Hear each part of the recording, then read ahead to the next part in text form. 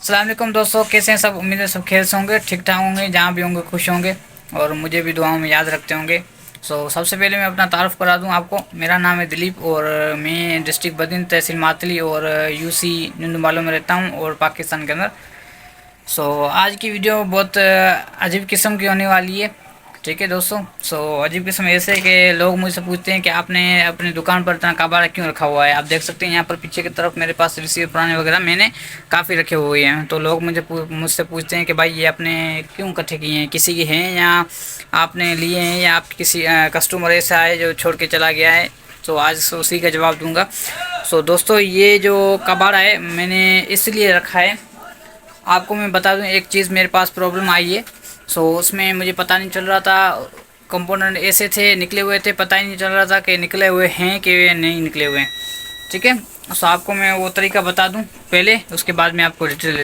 दोस्तों, मेरे पास ये रिसीवर आया था किसी मैकेनिक भाई से।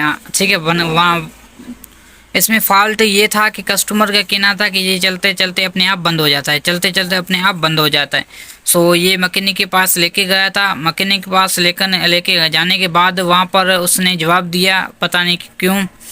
उसके साथ ये जो फॉल्ट है वो समझ में नहीं आया या कोई और मसला होगा। मुझे नहीं पता, मगर मेरे पास कस्टमर आया था तो मैंने उसको बताया कि हाँ भाई ये बन जाएगा। मैंने एक दिन का उसका टाइम लिया। वो क्यों टाइम इसलिए लिया कि ये मैकेनिक से होकर आया था, इसलिए मैंने टाइम लिया। जब मैंने इसको खोला है, खोल कर इसको चेक किया। खोल कर चेक करने के बाद इसमें ये चल रहा था। ठीक है, बिल्कुल ओके चल रहा था। इसमें चैनल वगैरह भी चल रहे हैं। ठीक है।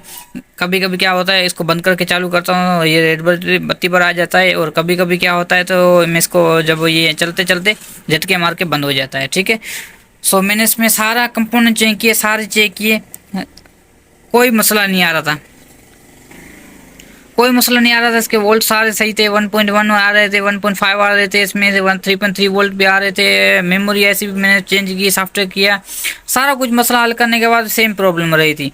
ठीक है। प्रॉब्लम क्या हुई, अभी मैंने इसको जो फॉल्ट था वो सोल्व कर दिया है। अभी आपको मैं दिखा देता हूँ। ये देखें, बंद करके चालू करता हूँ फिर भी यहाँ पर आ जाता है। ठीक है। पहले क्या होता था, बंद करके चालू करता था, रेड बत्ती आ जाता था और अपनी मर्जी से आता था, अपनी मर्जी से बंद हो जाता था। ये कबाड़ा मैंने कबाड़ी में से निकाला सर्किट, सेम बोर्ड पड़ा हुआ था मेरे पास। मैंने इसमें कंपोनेंट चेक किए। कंपोनेंट चेक किए, इसमें दो तीन पुर्जे निकले हुए थे, ट्रांजिस्टर निकले हुए थे। ये वाले जो ट्रांजिस्टर से यहाँ से ये दोनों ट्रांजिस्टर निकले हुए थे। पहले मैं आपको उसका बोर्ड बता दूं। बोर्ड कौन सा है आप देख सकते हैं, SP210-1506C में। ठीक है। ये पुराना वर्जन का है। मीडिया, इसका जो मीडिया वाला बटन लगता है इसमें आप देख सकते हैं, इसका रिमोट ये लगता है, ये वाला। इसमें ये प्रॉब्लम थी कि इसमें जो कंपोनेंट थे वो मिस्त्री भाई ने क्या था तो उसकी इस तरीके से या चिमटी से या किसी पेचकस वगैरह से इसको निकाल दिए थे। पता नहीं चल रहा था निकले हुए हैं या नहीं निकले हुए थे।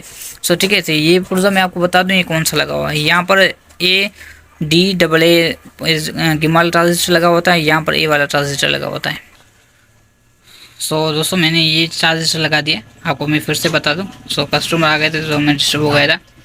यहाँ पर गिमर ट्रांजिस्टर लगता है, यहाँ पर गिमर ट्रांजिस्टर लगता है ADAA।